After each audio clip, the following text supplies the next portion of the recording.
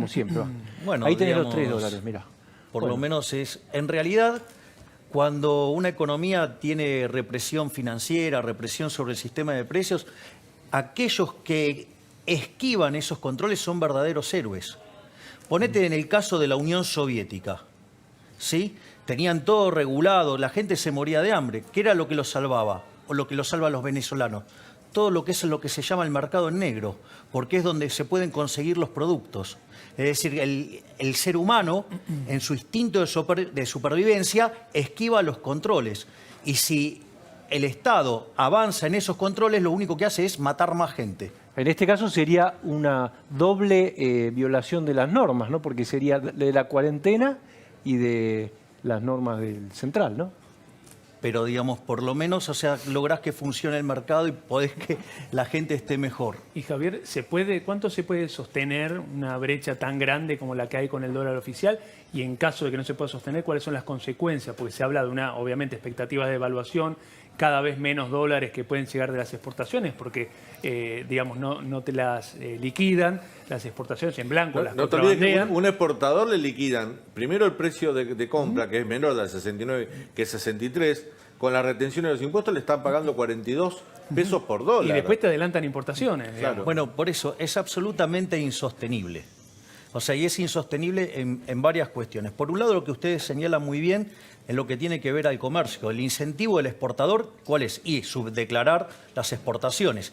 ¿Y cuál es el incentivo del importador? Sobreestimar o sobredeclarar importaciones. Eso lo que te va a hacer es que la cantidad de dólares que va a tener la economía es mucho menor. Hoy volvieron los precios testigos, ¿viste? No de la por FIP. eso. Bueno, y después tenés otros problemas más. Eso lo que vos te estás reflejando es que ese nivel de brecha hace absolutamente inviable cualquier operación. O sea, hay, por ejemplo, todas las operaciones vinculadas a las propiedades son absolutamente inviables. O sea, con ese diferencial. Por lo tanto, lo que te diría es, mira, eso te complica los dólares, pero lo que está mostrando es un problema más grave, que es el problema monetario. Es decir, vos lo que tenés ahí es el reflejo del desequilibrio monetario.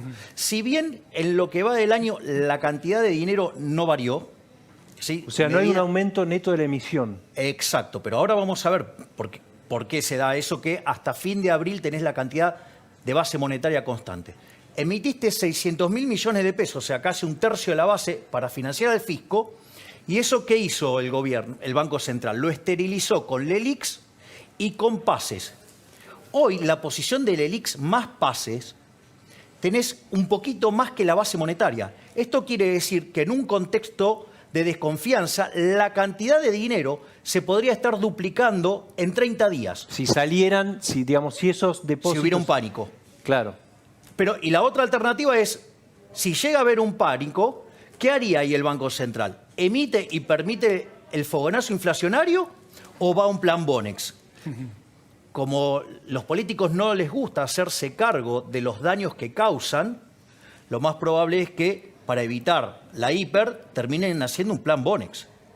Por lo tanto, la situación monetaria de Argentina es extremadamente... Pero, por ejemplo, vos dirías... ¿Cuál dirías que sería la solución? ¿Salir del cepo, que implicaría un salto, una devaluación altísima y por ende una inflación mucho mayor? O sea, ¿cuál sería tu idea? ¿Qué dirías? Bueno, Guzmán me contrata para que le aconseje. No, yo no trabajaría con el imbécil de Guzmán. Bueno, suponete que cualquier otra persona, o sea, te dicen sos ministro de Economía ahora. ¿Qué Primero dirías? me desrodeo de los orcos. De los orcos. Sí, obvio. Estás solo, digamos. te dicen todo tuyo. Bueno, a ver, lo primero que hay que entender es que el cepo es una medida inmoral. Porque ¿qué es lo que hace el cepo? El cepo, vos naturalmente querés salir de la moneda que emite el político argentino, ¿sí? Por ende no puede valer ni excremento porque esas basuras no sirven ni para abono. Entonces, ¿cómo haces para protegerte? A la luz de la historia te compras dólares. Entonces, ¿qué es lo que hacen? Quieren prohibirte la compra de dólares para castigarte con impuesto inflacionario. Es decir, un impuesto que es un robo, ¿sí? En el más sentido puro de la palabra, porque además es un impuesto no legislado. Y son 5 puntos del PBI que nos roban los políticos con impuesto Pero hoy inflacionario. salir del cepo implicaría todavía más inflación. A ver, no, es que... Porque implicaría devaluación que pasaría a precios. Pero es que es falso que las devaluaciones sean inflacionarias. En realidad, lo que vos tenés es que cuando se genera el exceso de oferta de dinero por caída en la demanda de dinero, como el dólar es un activo financiero, pica primero, después vienen los precios de los transables, después vienen los mayoristas, después vienen los minoristas y por último los salarios. Por eso además también te explota la pobreza. Lo que hay que entender que el problema es que no es que sube el dólar o que sube el resto de los precios de la economía. El problema es que pierde poder adquisitivo el peso. El peso está perdiendo poder adquisitivo por varias cuestiones. Primero porque la gente no lo quiere. No lo quiere. O sea, ese es el primer punto. Y el segundo punto es, vos tenés una perspectiva de déficit fiscal que puede llegar a ser monstruosa. De hecho, los números tanto de lo que fue el mes de marzo, con una caída en términos reales de la recaudación de 20%, y el gasto con una suba en términos por encima de la inflación de 20%, más la caída de la recaudación en abril, que cayó cerca de 30 y pico. Bueno, a ver, eso te está diciendo que el déficit fiscal va a ser colosal, que se va a financiar con emisión monetaria, vas a tener una cantidad monstruosa de dinero y además, como si todo esto fuera poco, tenés la bomba de las LEVAX y las LELIQs.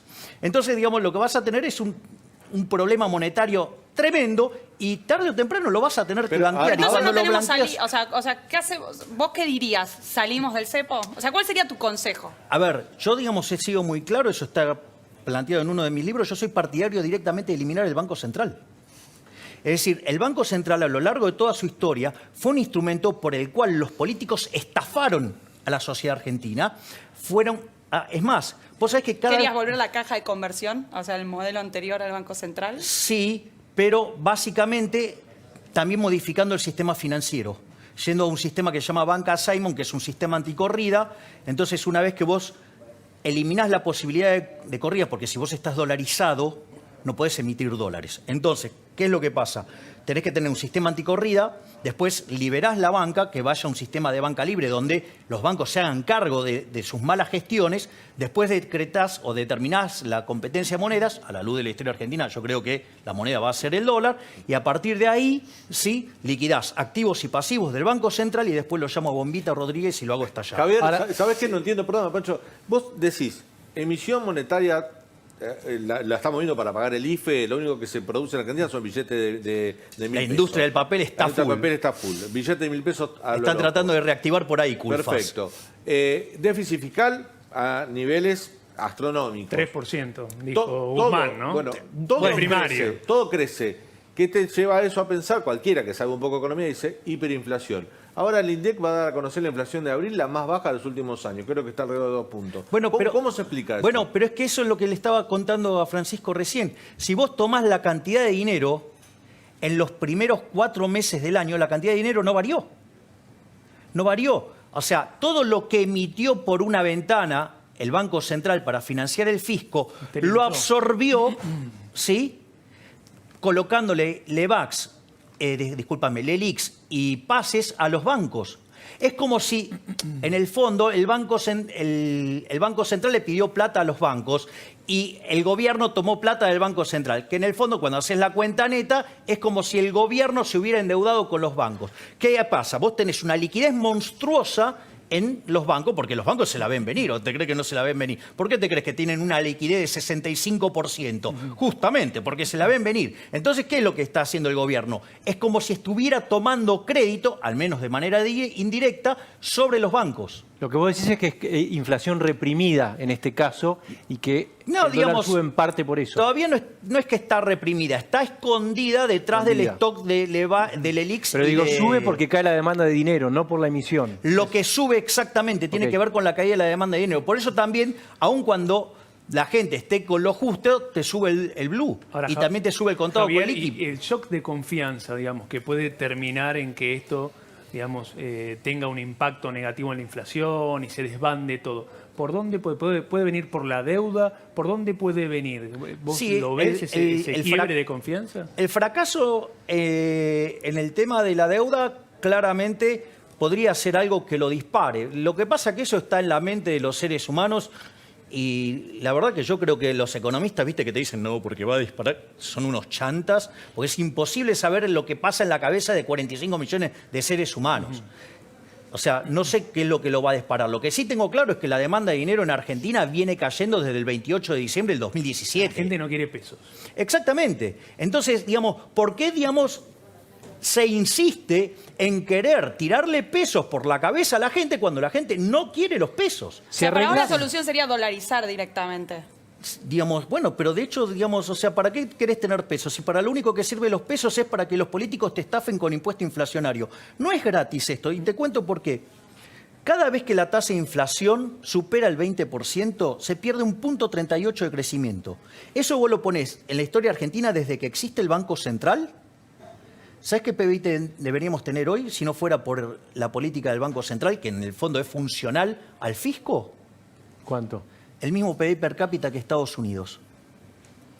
Vos decís que por el central... Pero en ese modelo hay un montón de variables que no estás teniendo en cuenta. Es como, metodológicamente es difícil hacer ese cálculo. No, bueno, digamos, bueno, digamos, es un estudio, digamos, basado en cuáles son los impactos. O sea, tenés que tener un montón de variables constantes para que eso Bueno, quede pero así. es que justamente lo que haces es dejar las otras controladas y medís el impacto de la inflación. O sea, por eso lo tomás en una regresión donde vos no solo contemplás los otros efectos, los tomás todos, los reincorporás y entonces ves cuál es el efecto neto, digo, del daño que causó el Banco Central a instancia de prestarle al fisco. ¿Hay que salir de la cuarentena? Mirá, yo creo que sí. Que sí. Sí, yo creo que ¿Completamente sí. o gradualmente? Yo creo que hay que salir de manera inteligente. Es decir, vos sabés que hay grupos que son grupos de riesgos, por ejemplo, los adultos mayores, por ejemplo, las personas que ya traen alguna enfermedad, ¿sí? Esos son grupos de riesgo y vos ahí no podés salir de la cuarentena. Ahora, por otro lado, digamos, vos ves que en los jóvenes, digamos, o en los adultos, digo, no es letal.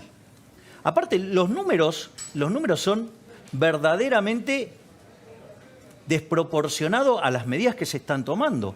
Yo, digamos, hago un punto. Hoy, es más, lo voy a hacer bien cruel, lo voy a redondear para arriba. Hoy en el mundo murieron, o sea, acumulado desde que inició el año, 300.000 personas, ponele. ¿Sí? Un poco menos, ¿no? Bueno, ya lo sé, por eso dije cruel, Por el porque lo COVID, estoy Poco más de redondeando. 300.000 bajas. Sí. Bien, Ah, bueno, ok. ahora yo voy a hacer una pregunta. ¿Alguien sabe cuántas personas van a morir a lo largo del año por la mera transición demográfica del mundo? Por viejos, digamos, de viejos. Por solo cómo evoluciona la población en el mundo. 60 millones de seres humanos. Eso implica la muerte de 165.000 personas por día. Es decir, al COVID-19 le tardó 100 días llegar a lo que muere en el planeta Tierra en un día. Es decir, todavía el COVID-19 no se cargó con la cantidad de gente que muere en 2 días. Está bien, pero yo te puedo decir, las muertes se cuentan de a una, digamos, uno tiene que tratar de evitar, cueste lo que Pero cueste. de vuelta, me encanta el punto. Ahora vamos a hacer otra cosa. No es gratis la cuarentena que estamos haciendo, no es gratis a nivel mundial. Entonces, ¿qué es lo que significa esto? La ONU, las Naciones Unidas, tienen una parte que se encarga de la protección alimentaria. ¿Ok? Entonces, lo que hacen es calcular cuántas son las personas que se mueren de hambre en el mundo. La FAO. La FAO. Entonces, hay una estimación que muestra que la cantidad de pobres en el planeta Tierra, como consecuencia de este modelo de cuarentena que se eligió, va a saltar de 5%, los pobres extremos, a 15%. Eso implica que durante 90 días van a estar muriendo de hambre 300.000 personas. Es decir, que si yo lo tomo en esos 90 días, me da 27 millones de personas. Es decir, que los infectólogos, con este modelo de cuarentena que proponen, están haciendo un genocidio. Un genocidio. Sí, digamos, exactamente. Vamos O sea, a ir vos un tenés- segundo, vos crees estamos que- con Cristian Ritondo, que está con Jerónimo Mura.